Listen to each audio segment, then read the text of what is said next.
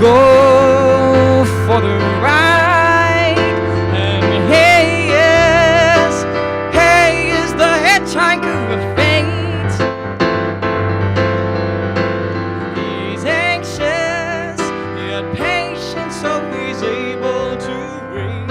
I have to tell you, I am overjoyed. There's no words to describe, even though I cannot be next to this next guest in his studio while he works his magic. We're doing the second best thing. We are all becoming Zoomaholics now. I know for a fact people know what I'm talking about.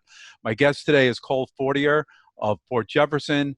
We're all about this beautiful thing, this physically beautiful thing called a EPCD. And I want to first start off by welcoming Cole and saying congratulations, Cole, for your endeavors Thank and you very much. publishing Thank you. this CD. How are you today?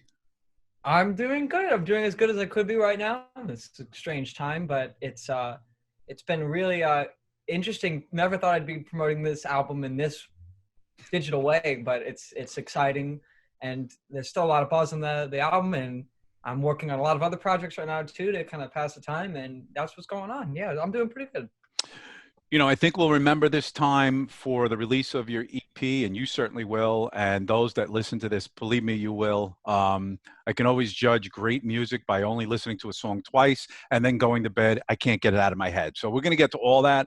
But I do want to just go to, we'd be remiss if we didn't talk about COVID-19 and its effects. Obviously, my child was, taken out of Stony Brook. I know that you were, so to speak, evacuated from Potsdam. Can you just talk to me a little bit about the feelings you had with you and your friends and your classmates and whatnot? Absolutely devastating. You know, it was. I think what was weird for me was, I was kind of really before spring break, because I had a week of spring break, and then during spring break is when we found out. So before that break, I was like thinking to myself, well, you know, I'm just going to see everyone in a week. And to think what's so interesting about life is how, this, I think COVID-19 is teaching a lot of people a lesson that in a way, one week you might plan ahead your week, and then all of a sudden you cut yourself in the middle of it and you're like, what happened? Something completely different happened. And that's what happened, because I left Potsdam with the notion of, oh, I love it up there. I love the Crane School of Music. I love all those people, but I was like, I need a break. I went to the Florida Keys. It was absolutely wonderful. I went right before all this craziness started to happen, and the Florida Keys was not affected with any cases at the time. So I'm totally okay, and I'm quarantining now and taking measures like that. But it was so strange. It was so strange to not be on Long Island at that time, which Long Island is extremely affected. And to hear from all the people, all my friends down here, and then all my friends at school wondering if we're going to go back or not, and finding out not going back was devastating. Not only was it devastating, but it was devastating for a music school. I mean, I had a piece that was supposed to be premiered this week in concert, a classical piece. We were preparing for choral concerts. We were preparing a choral trip to go to Saratoga to perform. It was a huge loss. It was a huge loss, but it's, I have a good buddy of mine who I was talking to, and he said, well, what I hope is that by the time the summer comes and our lives kind of come hopefully back to normal in that time, the idea is that we'll be a lot more celebratory of each other and of our person's company and of the events that we're in. And hopefully people will see the inherent value of that now that we're forced to be online. So I think that's where I'm standing right now. Yeah.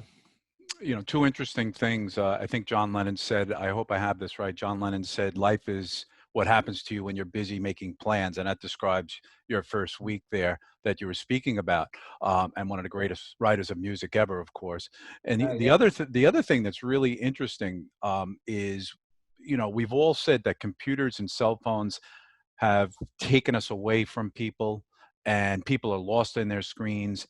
And now you almost think this is almost like biblical in nature, because even this interview and many of the people I spoke to in the last week has been through this. So I find myself actually interacting with human beings in a real way, like we're doing right now, through the computer. So I can't even imagine. The one thing that's going to come out of this, I think, is communication and education. I think the education system will be changed forever because of Yeah. this.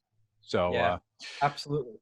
Thank you for your thoughts on that. Let's get into this EP, and it is an EP because it has four songs on it.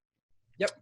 And I'm so interested, and I hope you don't mind if I get deep with you on it because I think that's Please important. do. I want you to. I want you Okay, to. Yeah. okay.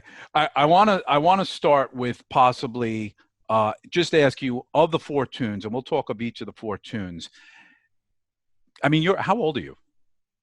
I am 18, turning 19 in July. Right. So you ask yourself, like, how long have these songs and or these ideas been written? Has it been a year, 6 months, or some maybe 3 years? It can't be more than 6 years, right? Because you're 18. Maybe it is. So the songs are actually older, but by older, it doesn't sound much older to most people, but to me, it's older. I'll explain. So most of the song, all the songs are about a year to a year and a half, 2 years old. And to me, that's really old because I write at a very quick rate. So, in fact, this EP was supposed to initially be a full length album. But what happened in my life was it was around when we were starting to really, the recording started to be conceived and everything. It was junior year going into senior year of high school. And I was very busy with college applications and plays. And I was just, it was just so hard to be able to kind of fully realize a full length album. I've always had enough songs. I still have enough songs. But those were the four that we just really thought we could conceive well for the band, and that's about the time frame of those songs. Yeah. Okay.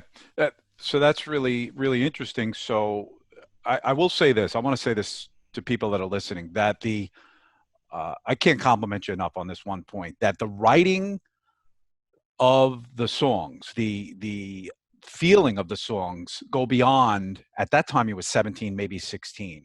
So the whole thing that people, when they listen to this, they're not going to believe that this emanation, this creation, is coming from a 16, 17-year-old. So I want to just say that first. Well, Uh, thank you very much. as a whole. So let's get into some deep details. We look at the cover, and Sure. it looks like maybe well, describe it to me. Is it a photograph? And if It's so, where? So the cover is a photograph, and I actually don't know where it is. I'll explain what actually happened with the cover art direction. You see, it's interesting because obviously I wanted the cover to reflect the title track, and not only just the physical cafe, but the the nature, the aesthetics, the grandeur, and the beauty beholden within that track, in which the grandeur I try to encapsulate with this release.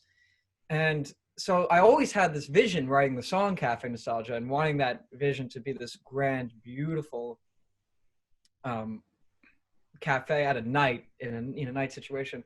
Now, this was such a specific image in my mind that there was no images pre-existing that I knew of, and I didn't have the time or the money to commission someone to paint something or do anything.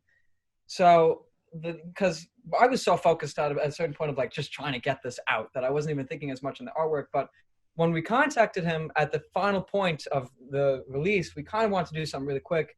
And so at first, I initially actually gave him a very famous painting for the cover. I had the idea of having Vincent van Gogh's Cafe at Night be the cover because that was the closest existing painting to what I was seeing in my mind. But then he said, "You can't do that. You're going to get sued. It's going to be a nightmare. Don't even try to do that." And he was right. And he was like, "Well, let me come up with something." And he just hit the nail on the head with finding that picture. Yeah, And when we found the picture, the lighting was actually a lot brighter, but he dimmed the lighting down, kind of create the scene we were looking for. And I was totally enthralled with it. And I was like, this is it. yeah. Yeah, So this is it. The writing on the signs being backwards. Was it that way to begin with? Or you may not even I, know that, but you know I what's funny? It'll probably be forward in the camera now, but on the actual CD cover, they're backwards. The writing is backwards. yeah, I can't see it in the camera currently, or like I can't make out the words in the camera Right, currently. right, But right. yeah, but I actually don't. I did notice there was words. I'm not sure if they were backwards. That's how much I have not paid attention to. No problem. No problem. Yeah, Like I said, we're going to get into some detail here. And the other thing we really I need love to that mention, stuff. we really need to mention a friend of mine, your dad, love Andrew to death, and you dedicated this EP to him, and maybe you could say a few words about why. And I think that's pretty obvious, but let me hear that from you. Well, yeah, absolutely. I mean, it felt like it was a total given to have to dedicate this to such a wonderful man that he is for all of our lives, not just my own life. But my dad was essentially the kind of the executive producer and the force behind this EP. I mean, my dad is someone who is crucial to the creation of this EP, not only for the mere idea that a lot of the band members on this EP have worked with my dad and graciously agreed to come on board for this project. My producer on the EP, Kevin Bentz, works with my dad as a producer. Um, Not only do we have and the materials and the resources, and my dad also supervising a few vocal overdub recordings we did in our home studio here, but he also the time and the energy he put into really kind of picking up and keeping the momentum of this project going when I couldn't always be there for the momentum. You know, obviously I wrote and I arranged and I worked my share, of course. But at the same time, there was, because of my life and where I was going during the creation of this project, there was a lot of moments that took me slightly away from it just because of where life was going at college applications. But even in all of those times, my dad was always there to keep the momentum of the project, always making sure we're getting this overdub done, we're sending this mix to our producer, and also just graciously agreeing, I'm going to drive you to this session, and you know, supervising Wonderful. the guys and making sure everyone was taking care of everyone. Right. So And that's he's something persevering for the both of you to get to the means, which is this feels so good. I know it does. You know, people look today. You can put music out instantly. You know that, but this is well beyond that. Not only because it's a physical piece, but because it was recorded in a studio. And I want to talk to you about that. I noticed Oceanside and New York City. Was it recorded in two places? so yeah, so the process of the recording was we did rhythm section recordings first with the musicians. So what that means is we went to Oceanside, to a studio in Oceanside, and we recorded piano, some vocals with drums and bass, no guitar. And that was the basis and the foundation for all four tracks. We would do some vocal overdubs at my studio here, but most of the voice was recorded live with the band. What we did in the city was the orchestral overdubs you hear throughout the album, which is done through MIDI keyboards, and also a lot of guitar overdubs were done by Kevin Bentz, the producer, playing guitar. So that was also done in the city like that. Okay. And would you say the final mixes happened where? In the city. In the Uh, city. Okay. yeah. Phenomenal. So when you write songs, whether they were last night, a year ago, or in the future, is your inspiration for writing songs always one way? Does it start with a lyric and then the music? Does it start by sitting down at the piano and getting a feeling based on the day or the week you're having? Or is it not just one way? It's definitely not just one way. I do have a consistent process. Like I think I have a most popular process of what I tend to do, but there's definitely, it was funny. I was actually just talking to my dad about this last night, and we're talking about the process of writing in general.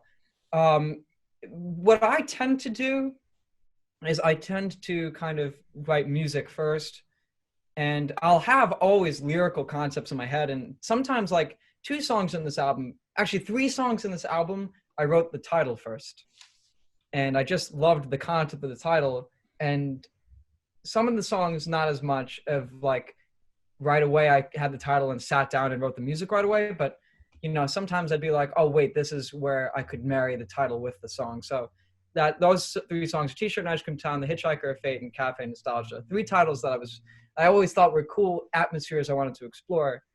But nonetheless, with the exception of that, particularly for this record and for a lot of my songs, a lot of it will just kind of be musically first, and it's something that I want to change about my writing process. I'd like to write lyrics more upfront or simultaneously with the process. I'll explain why in a minute. Mm-hmm. But the idea of a lot of my songs is I kind of musically come up with the structure, but there's been many instances where it's been simultaneous, and those simultaneous instances are tend to be a little bit more effective for me in my writing because it doesn't necessarily sound like lyric has to abide by the musical structure of the song, or you know, or vice versa. It's a much more organic process.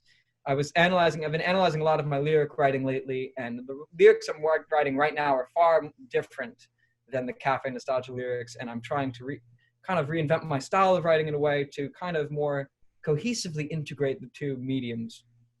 And so that's kind of my writing process, but it definitely varies in certain Mhm. situations. And I'm sure you'll probably want to talk about that more as we get into specific songs, but it definitely could vary and I could go into that. But Absolutely. All right, so why don't we do that? I want to get into the first song on the EP.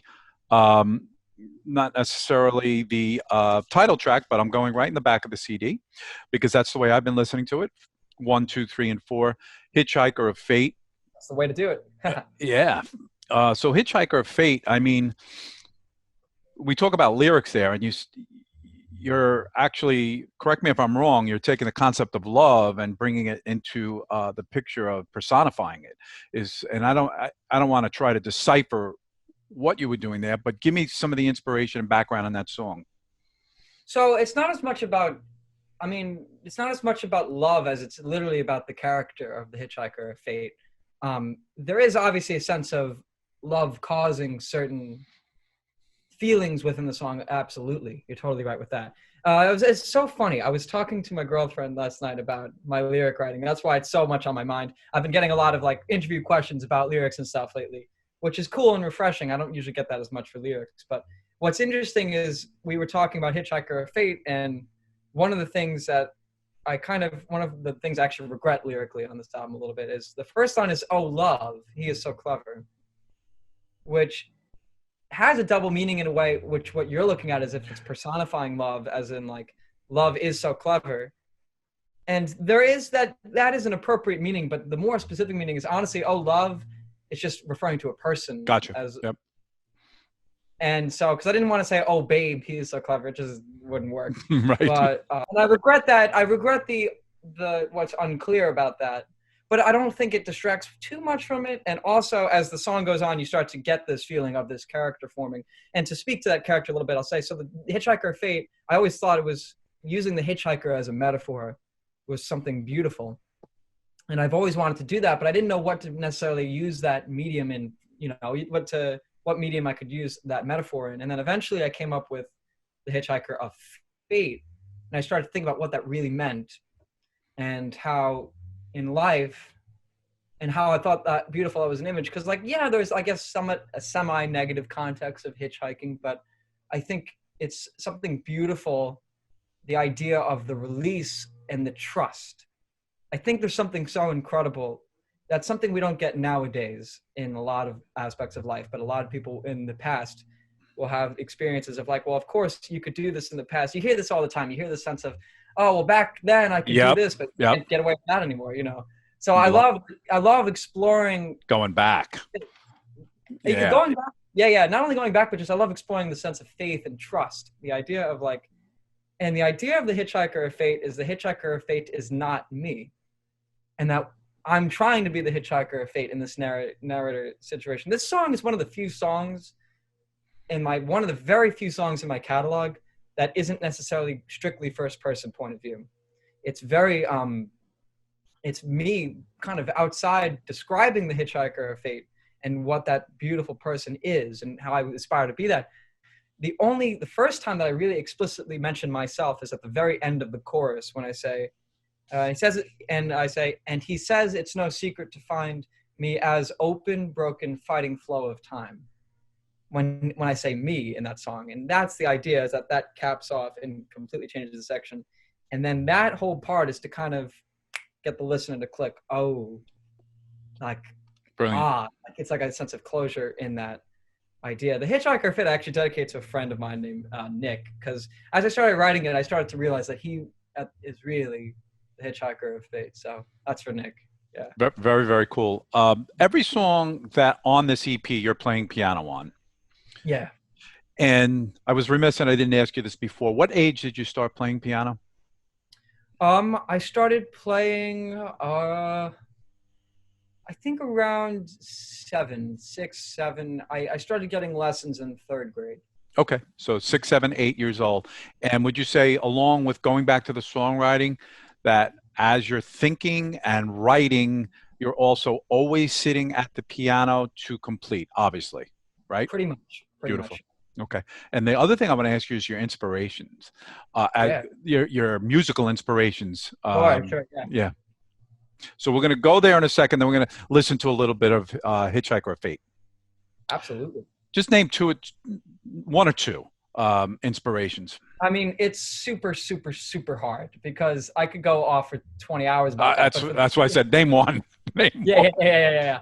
So, and it's also what's hard for me is because a lot of the inspirations that I'll have are not really widely popular, and they deeply inspire my music. Like my favorite band is a band called Prefab Sprout. Yep. If you know that band, if someone knows that band listening to this, please call me. I'd love to talk to you because they're one of my favorite bands ever.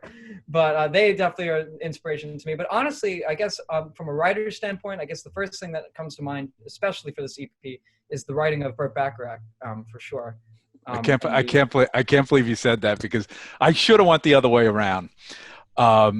Because this is crazy. I should have said that first because I never like to actually peg somebody, to say, hey, Cole, you remind me of, even though I do, and I have to say this here, Stevie Wonder, a little, and these great artists. I never want to say that. And I don't know how that sounds to you because you're you and you definitely make your own statement on this EP.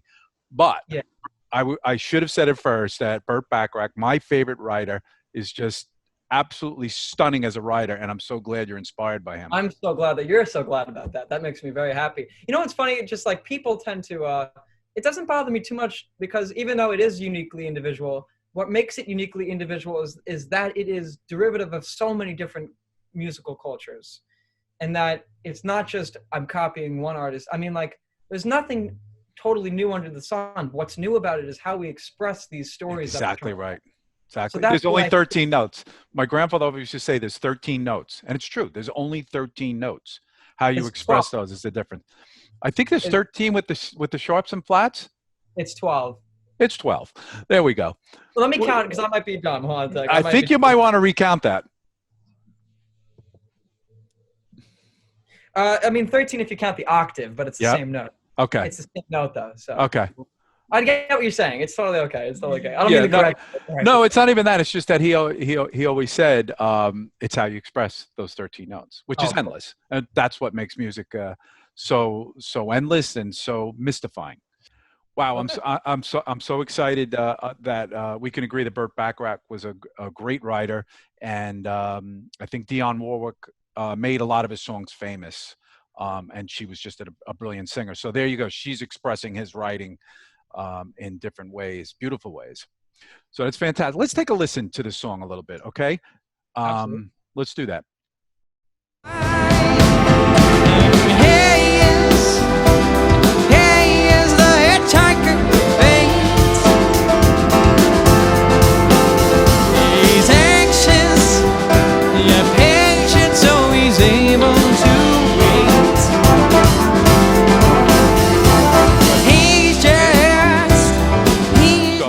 Catchy. I just want to keep listening to this EP. I want to say that. And my goal in this is just to get everybody to listen to your music because they'd be missing out on a lot in life if they didn't. I really mean that. Thank you so much. I want to talk to you about the instrumentation because you mentioned, I understand the word MIDI. I know that electronically it's grabbing sounds that are played on the keyboard. You orchestrated this, right? That's correct, yes. Just talk to us a little bit about that, specifically in this song. Yeah, sure. So like this song is no exception to the other songs in the album in the regard that when I write at the piano, I tend to hear the orchestrations simultaneously all through my head. There is some things that are subjective to change, whether Kevin Bentz might think he might want to slightly arrange things and I might have an idea later on, but mostly when I initially write the song, I pretty much have all the orchestral elements in my head.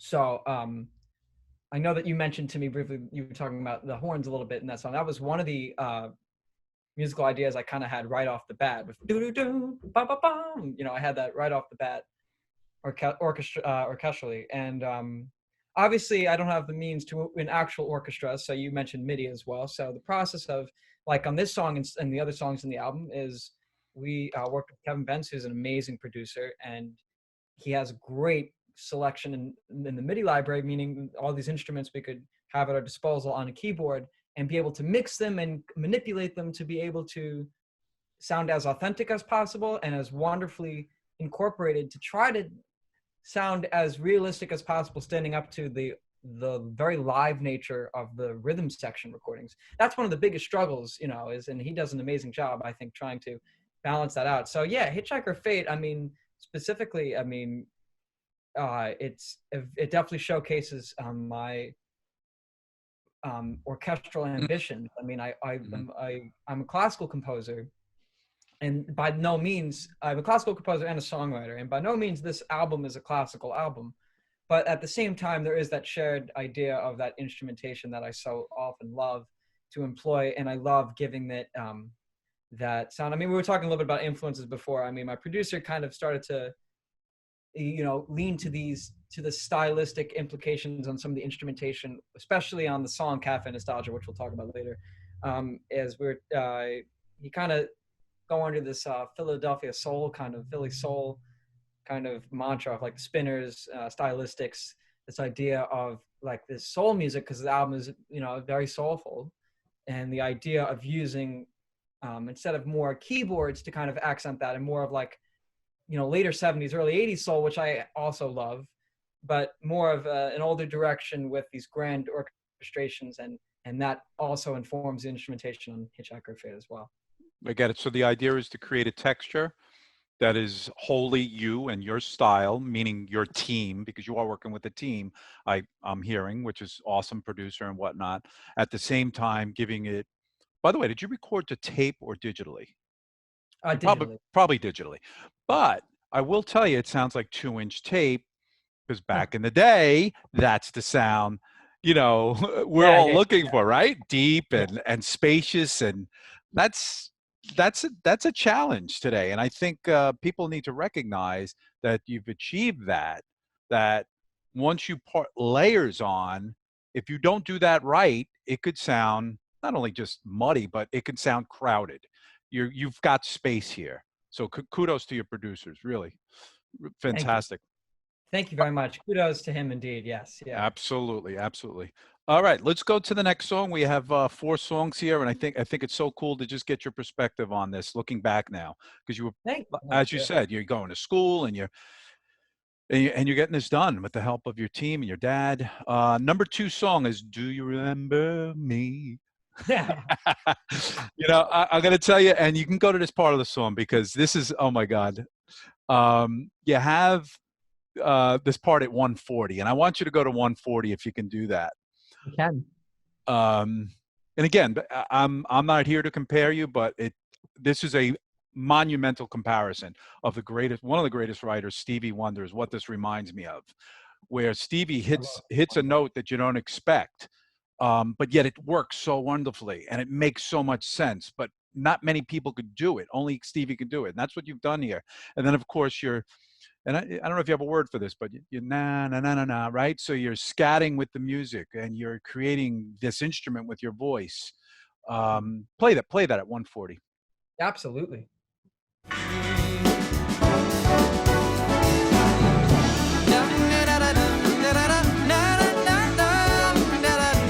Yeah, I know exactly what you're talking about. How good is that? How good is that?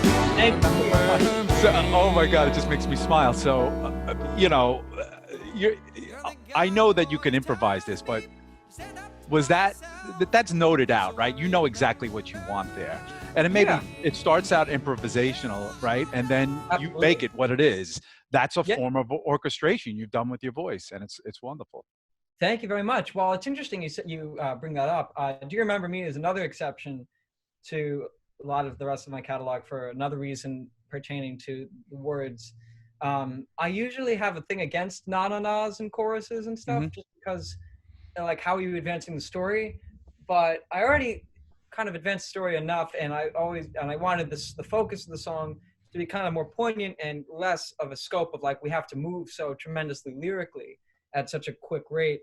So by the time I got to this chorus section, and I loved, you know, I didn't have words at first, so I literally was singing da da da's, na na na's, and I was just like, well, this sounds so percussive. It's the way the consonant sounds. It's word painting, and I let myself slide and say, all right, I'll use a na na na because I think it just has the right orchestral flavor Yeah, to it. it And does. It does. It works so well. thank you, thank And you. so sometimes God just gives you these things that pop out. It's awesome, One of really my favorite awesome. songs, And actually. Anything else you want to say about that song? How it came down, or It's probably my favorite on the EP. It's probably my okay, favorite compositionally. As I mean, all the songs I think are really well do in a very amazing and effective way. All the songs kind of encapsulate something differently, and for compositional purposes, that's "Do You Remember Me." It's the most complex structure on the EP. It's the shortest song on the EP, which I love. I always kick myself for my songs being a little too long, and okay, it's just and it's just really got a very complex flow, and it's a song that what I like about it, it's not as accessible, and I love that because a lot of friends I know have been telling me that like they weren't as big of a fan of it as first, but they're starting to really grow to like it, and good. that's too.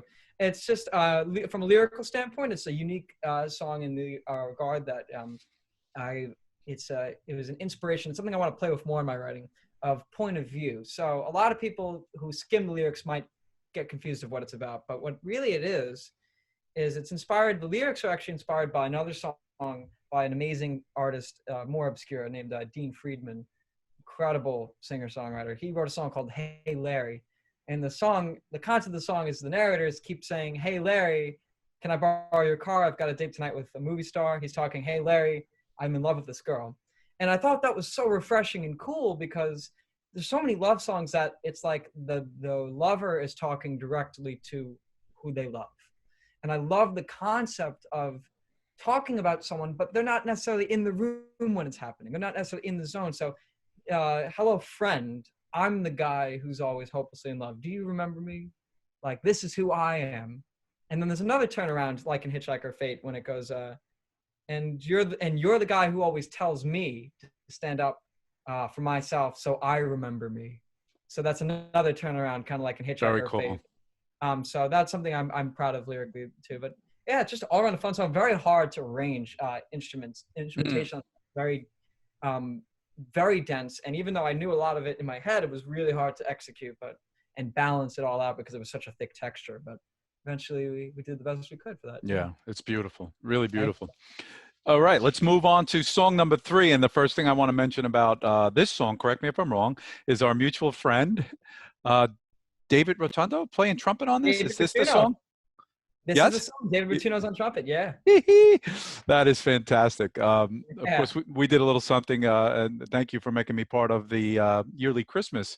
Oh, that was wonderful. Friends at the Yeah, that's Church. That right. was absolutely wonderful. So, Yeah, and yeah, David yeah. was right by us, so that was really cool.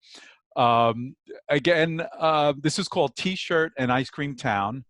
Um, again, we haven't spoken prior to this, which is really cool about unraveling this real time. I tend to do my interviews that way.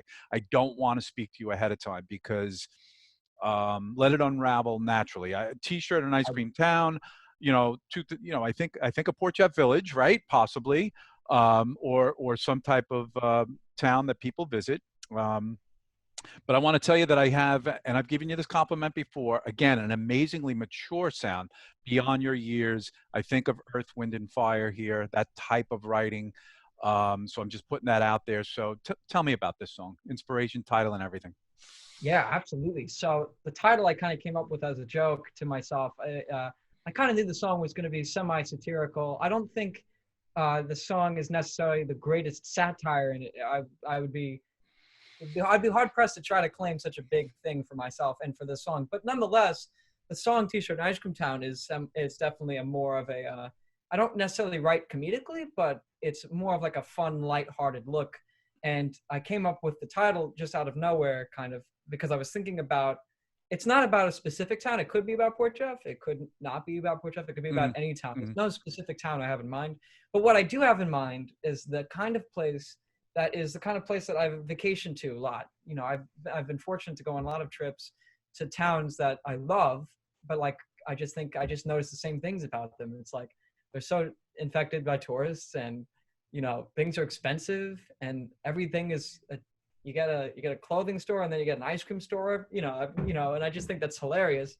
And there's you take what you will with that for good things and bad things, and so that's just kind of where it came from. And I just kind of started word painting some thoughts, and a very different lyrical approach, a lot more simple, mm, lighthearted mm, approach. And the music, as far as the music goes, I actually wrote the music, even though I really think of the song as like a summer song, I wrote the music on New Year's Eve.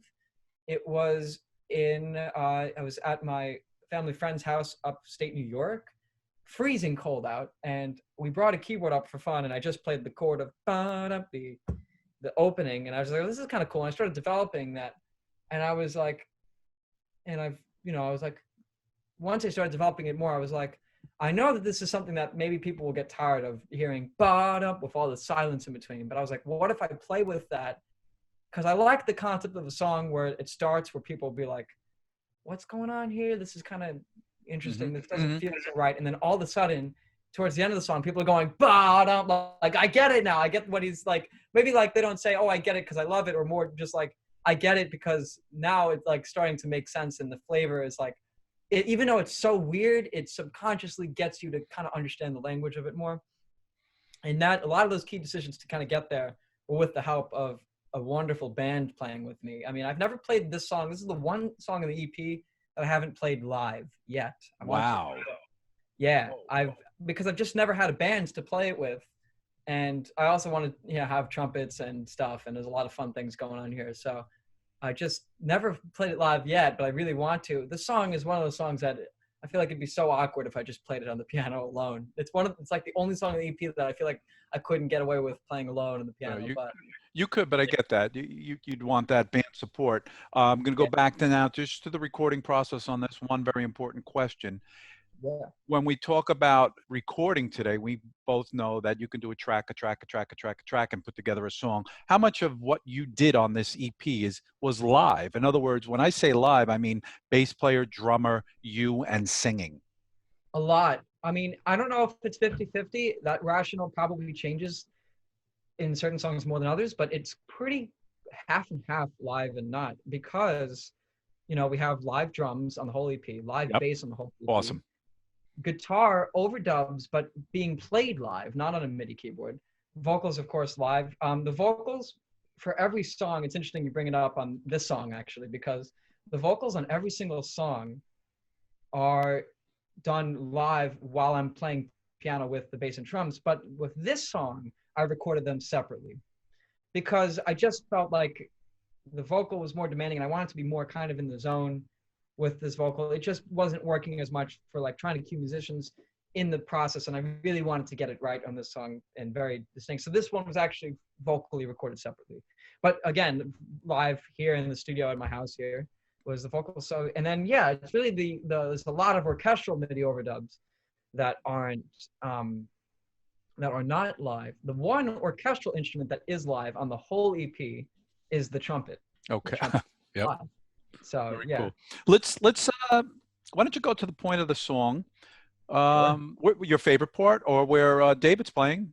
Just again, we're trying to give people a flavor of the songs. Yeah, I'll take it from around the outro. Perfect. In this t-shirt and ice cream.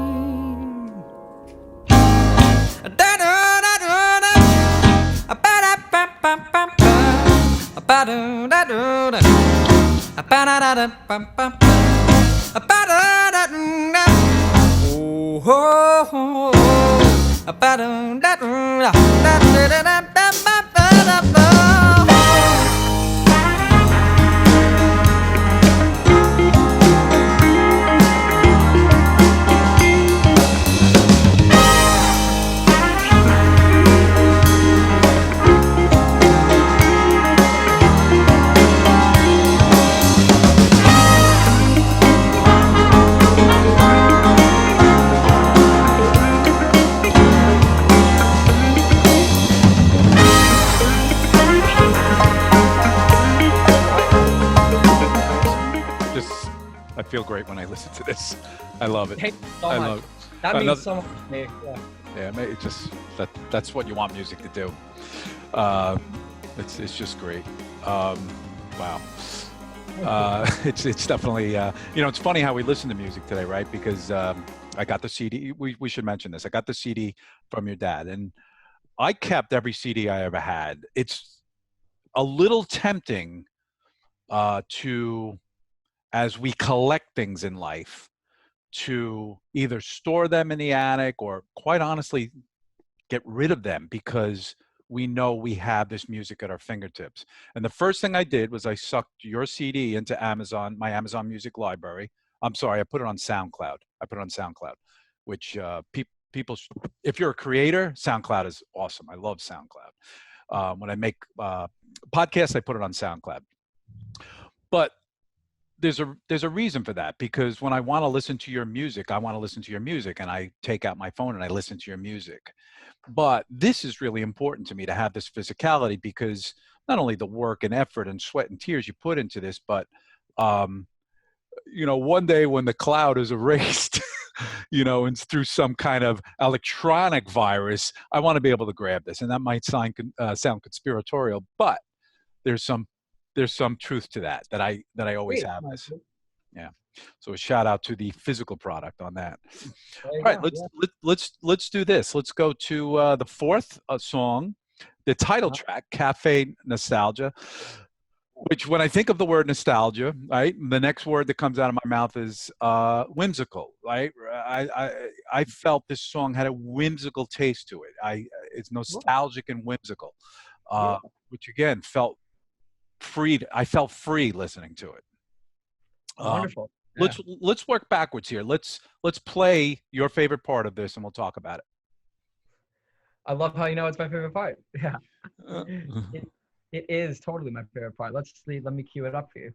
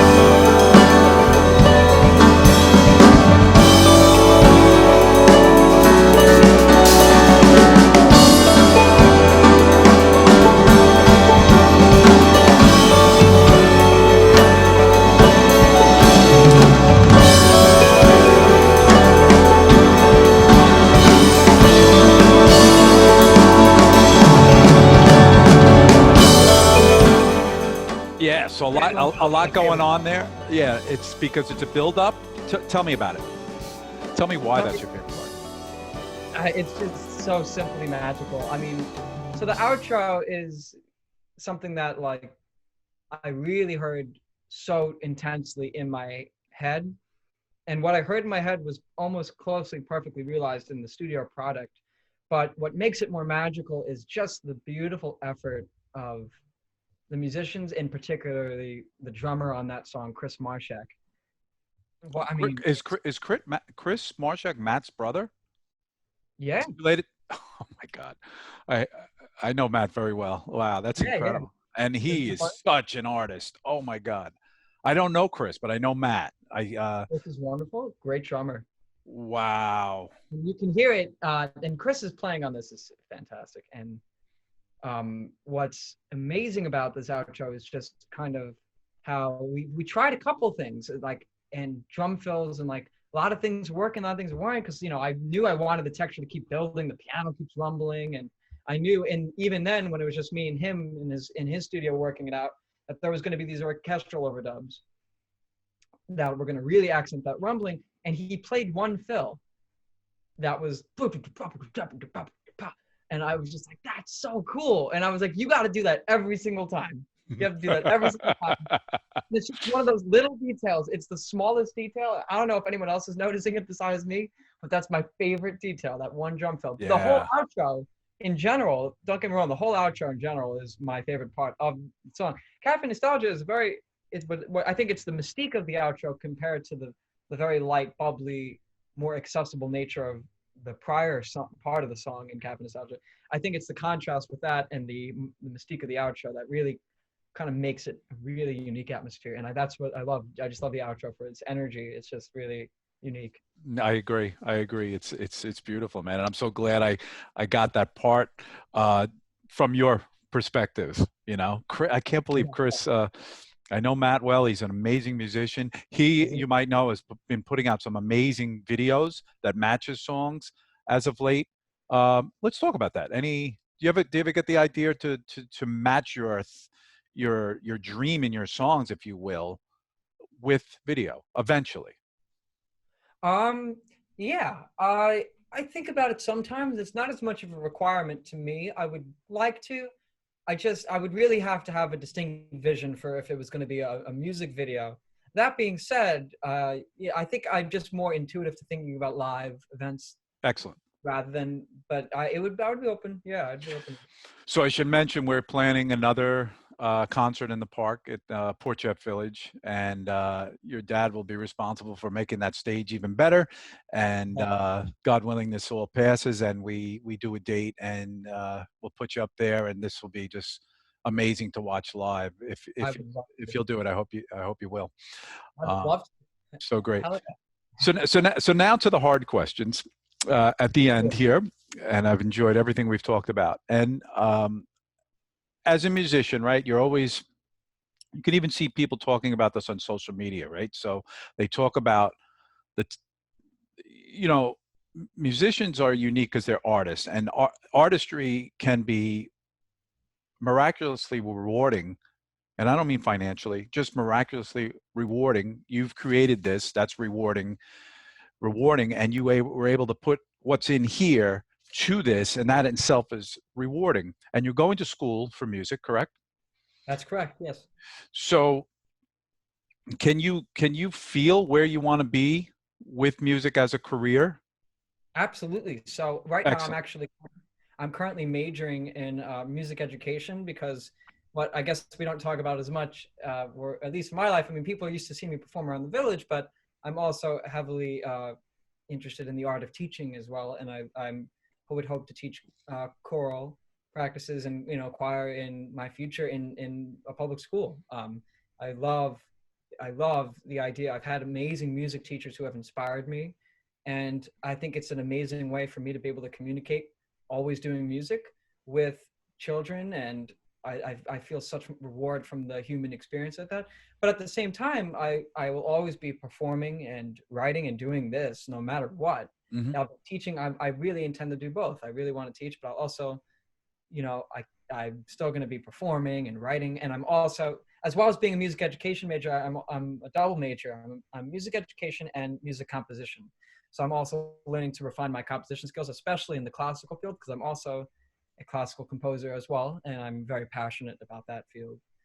And yeah, that's where I see myself. Yeah. Yeah, I think that's amazingly smart. That's a good way to go because I mean, at this point, you're probably going to have a lot of people saying, do this, do that, and giving you advice. Some welcome, some not, but that's just such, if I may say, a level-headed choice to really enjoy best of both worlds. I never forgot when I took music theory. I took a lot of music theory in Oneonta State, and my teacher at the time was very accomplished. She was a cello player, and we always, wonder, why didn't she play out? And she it was the first time I heard a musician say, and she was really strong about it. She said, "No, no, music is personal to me. I don't want to play out. I don't need to nor want to play out."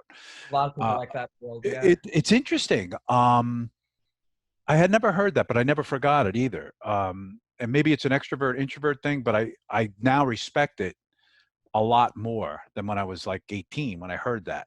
So you know, different flavors for different people, but I totally respect that music can just be personal if it needs to be. Yeah. I respect that. I definitely respect that too. But it's never been a problem for me. But No, yeah, I definitely understand those people for sure. Yeah. yeah, you're hitting on all cylinders, is what I would say. Wow, this has been fantastic. Is there anything else you want to mention about this process, this album? I do want you to tell our audience the best way to enjoy this EP. Absolutely. So yeah, we are streamable on most major platforms, particularly the big ones like Apple Music and Spotify. It's streamable, the whole thing. And we also are selling CDs as well, because we don't want to lose that art form like we were talking about too. And there's inquiries. Maybe if you could leave like a link to my Instagram account, where like even like a phone number, you could be able to contact me. and be able to and be able to buy CDs. I always advertise on my Instagram, and when we start doing live shows, those are definitely going to be the best places to get CDs, and we'll be selling CDs, of course, at those. And I'm gonna, hopefully down at the summer, and I'd love to do that. Yeah. So that's it's definitely the best ways to enjoy this EP that I'm so humbled and blessed, and I feel very grateful to be able to share with the world right now. It's wonderful. I'll speak for everybody that's seeing this interview and that's about to hear your music. We feel blessed to have you. So, it's funny. My interviews are usually lately 10 minutes, top 17 minutes. We've been talking an hour. We've been talking an hour. I could talk to you for 3 hours, and we'll talk again. Thank you for doing this, really. I really appreciate it. So much, Evan. And good luck to all you do, and we'll be in touch. And stay safe. Thank you. I will, yeah. God bless. Thanks, Cole.